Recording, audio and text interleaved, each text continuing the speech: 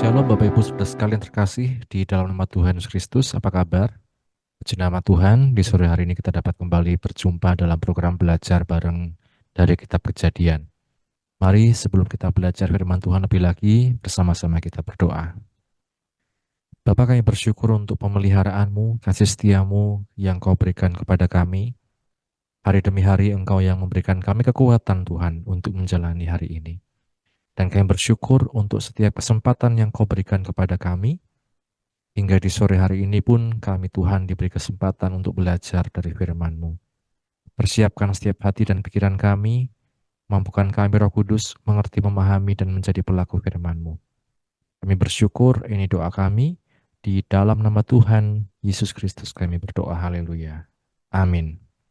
Senama Tuhan, Bapak Ibu Saudara sekalian, kita akan melanjutkan pembelajaran kita akan firman Tuhan dari Kitab Kejadian, yang pada hari ini kita sampai di episode ke-41, yang saya berikan satu judul dari Babel sampai ke Abraham. Dari Babel sampai ke Abraham. Bapak Ibu Saudara sekalian, di waktu yang lalu kita sudah melihat tentang peristiwa Menara Babel. Ada banyak hal yang bisa kita pelajari dari peristiwa Menara Babel itu. Yang pertama, bagaimana ada dampak positif dari satu kesatuan. Bahwa manusia ketika mereka bersatu, satu bahasanya, satu logatnya, dikatakan sangat mudah untuk membuat segala sesuatu. Sangat mudah untuk kemudian menghasilkan sesuatu.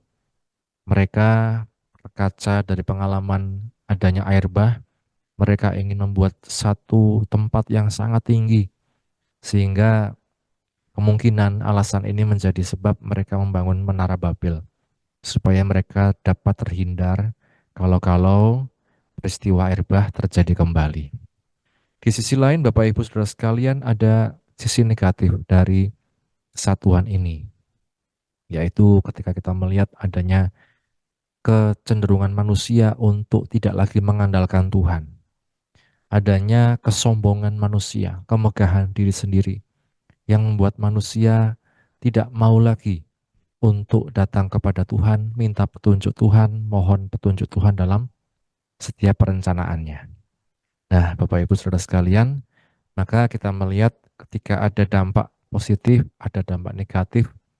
Kemudian ketika manusia tidak lagi memperhitungkan Tuhan dalam perencanaannya, tidak lagi mengandalkan Tuhan, maka Tuhan dalam kemahatauan, dalam kebijaksanaannya, dia turun melihat peristiwa pembangunan itu, kemudian dia mengacau balaukan bahasa manusia.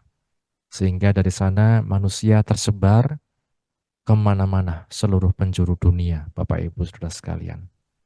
Nah, maka saat ini dari peristiwa Babel ini, Bapak Ibu Saudara sekalian, kita melihat bagaimana manusia bisa tersebar ke seluruh penjuru dunia.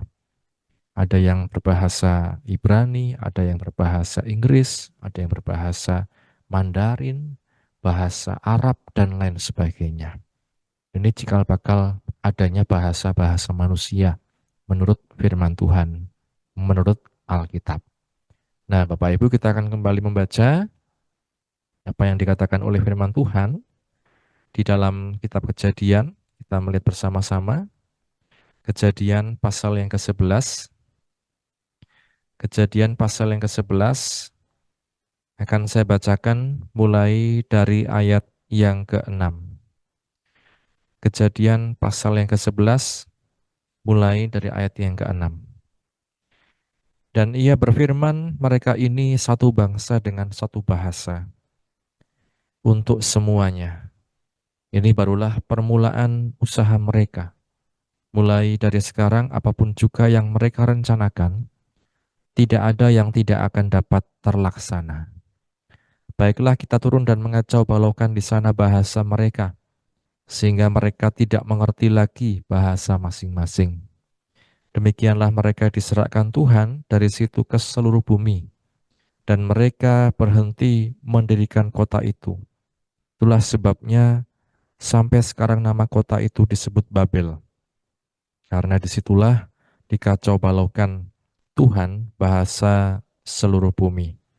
Dan dari situlah mereka diserahkan Tuhan ke seluruh bumi. Amin. Berbahagia setiap kita yang baca, mendengar, dan juga yang melakukan firman Tuhan. Apa yang dikatakan firman Tuhan di sini Bapak Ibu, bahwa dari peristiwa itu, dari kota itu, dari menara itu, pembangunan menara yang dikacau balaukan itu, kemudian dikacau balaukan Tuhan bahasa seluruh bumi, dan dari situ mereka diserakkan Tuhan ke seluruh bumi. Berbahagia setiap kita yang baca, mendengar, yang melakukan firman Tuhan. Dan kita melihat Bapak Ibu, kalau secara urutan dalam firman Tuhan, kita bisa mengerti bagaimana cara Tuhan bekerja.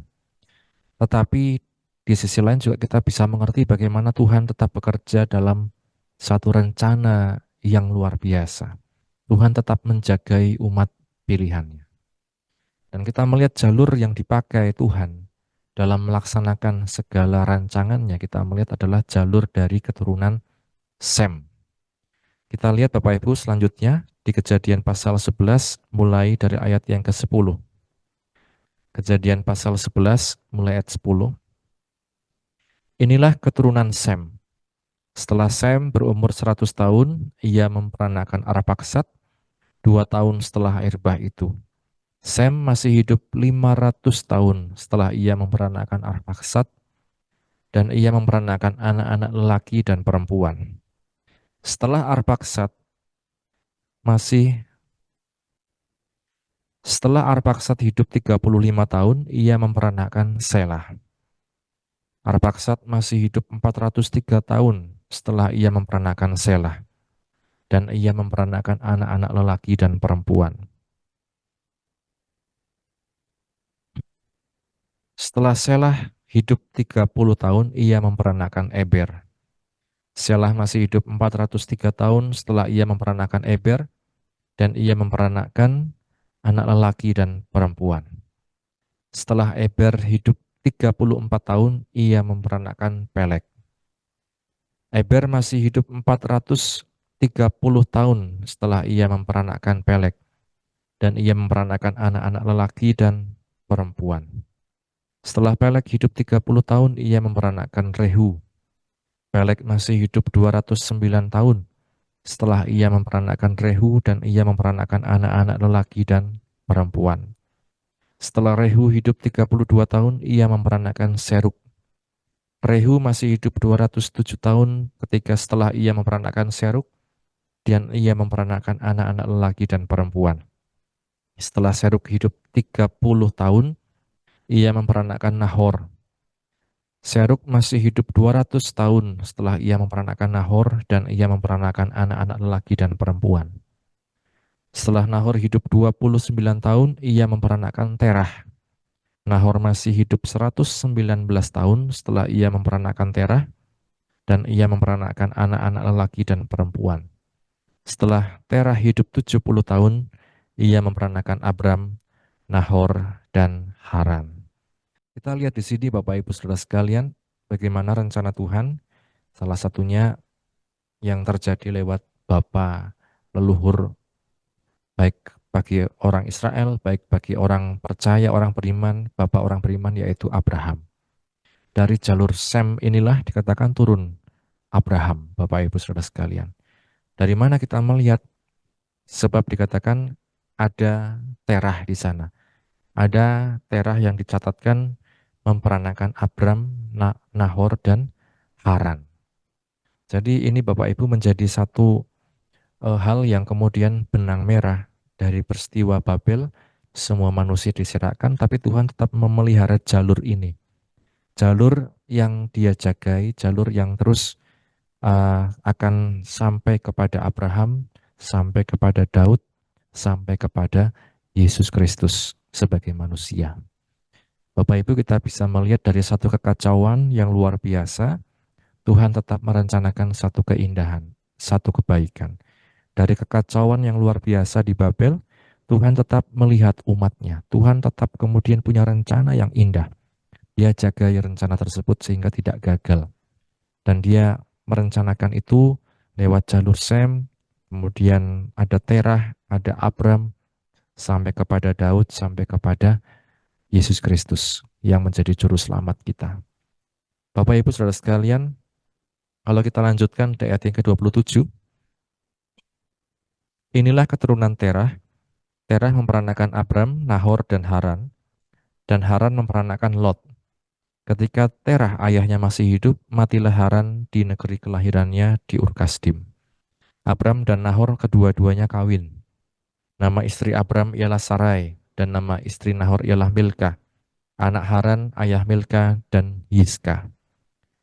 Sarai itu mandul, tidak mempunyai anak. Lalu Terah membawa Abram, anaknya serta cucunya, Lot yaitu anak Haran, dan Sarai menantunya, istri Abram anaknya. Ia berangkat bersama-sama dengan mereka dari Ur-Kasdim untuk pergi ke tanah Kanaan. Lalu sampailah mereka ke Haran dan menetap di sana. Umur Terah ada 205 tahun, lalu ia mati di Haran.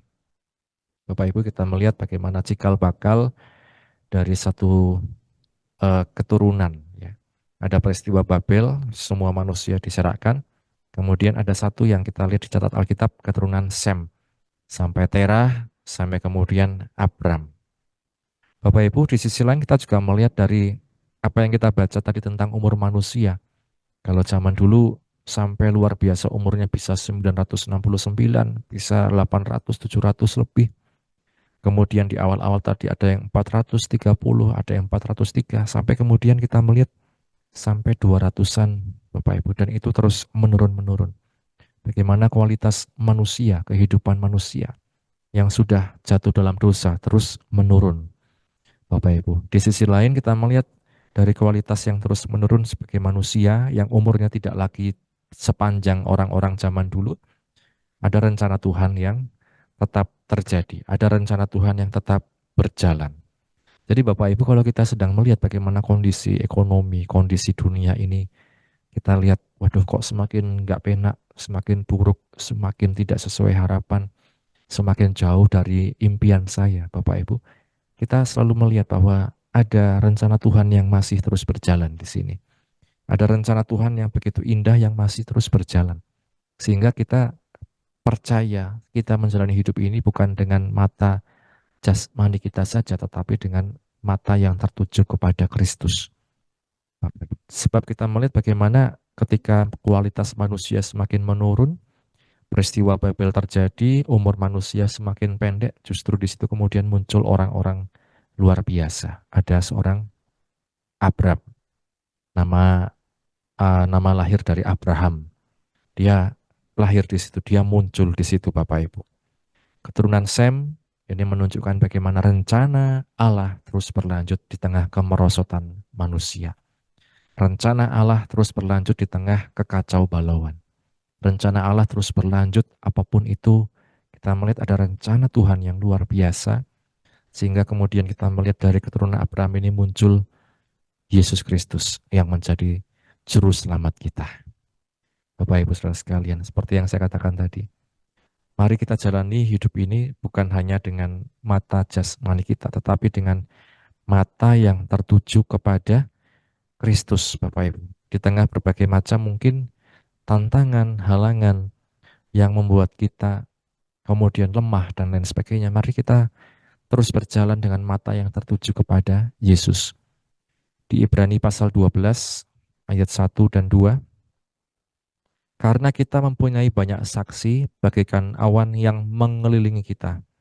Marilah kita menanggalkan semua beban dan dosa yang begitu merintangi kita dan berlomba dengan tekun dalam perlombaan yang diwajibkan bagi kita.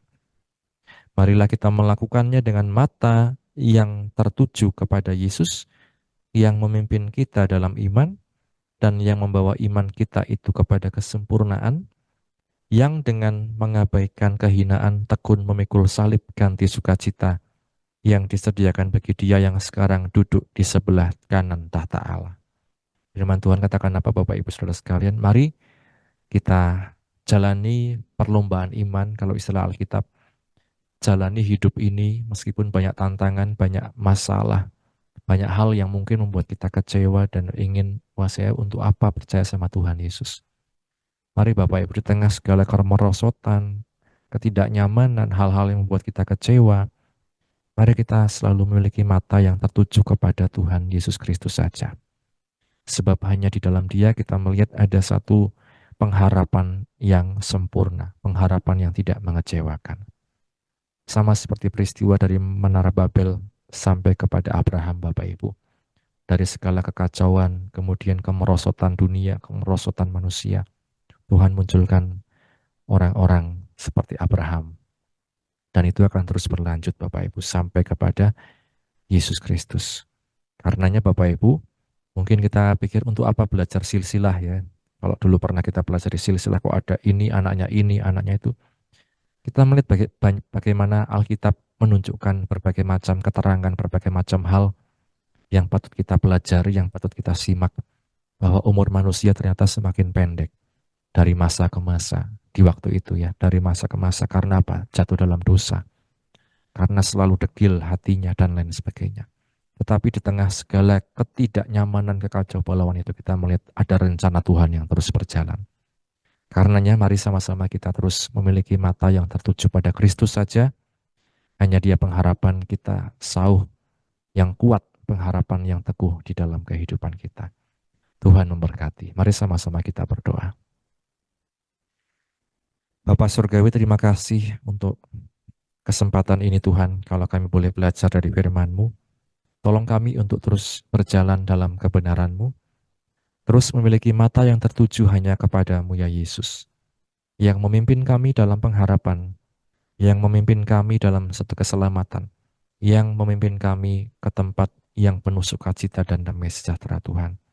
Di tengah berbagai hal yang tidak menyenangkan, yang terus Tuhan terjadi di dunia ini, mari Tuhan, Engkau yang menguatkan kami untuk melihat rencana-Mu yang indah yang terus berjalan dalam kehidupan kami.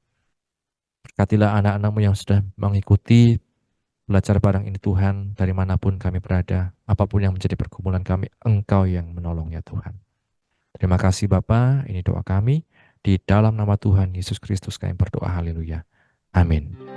Puji Tuhan, Bapak Ibu Saudara sekalian, Tuhan Yesus memberkati kita sekalian. Amin.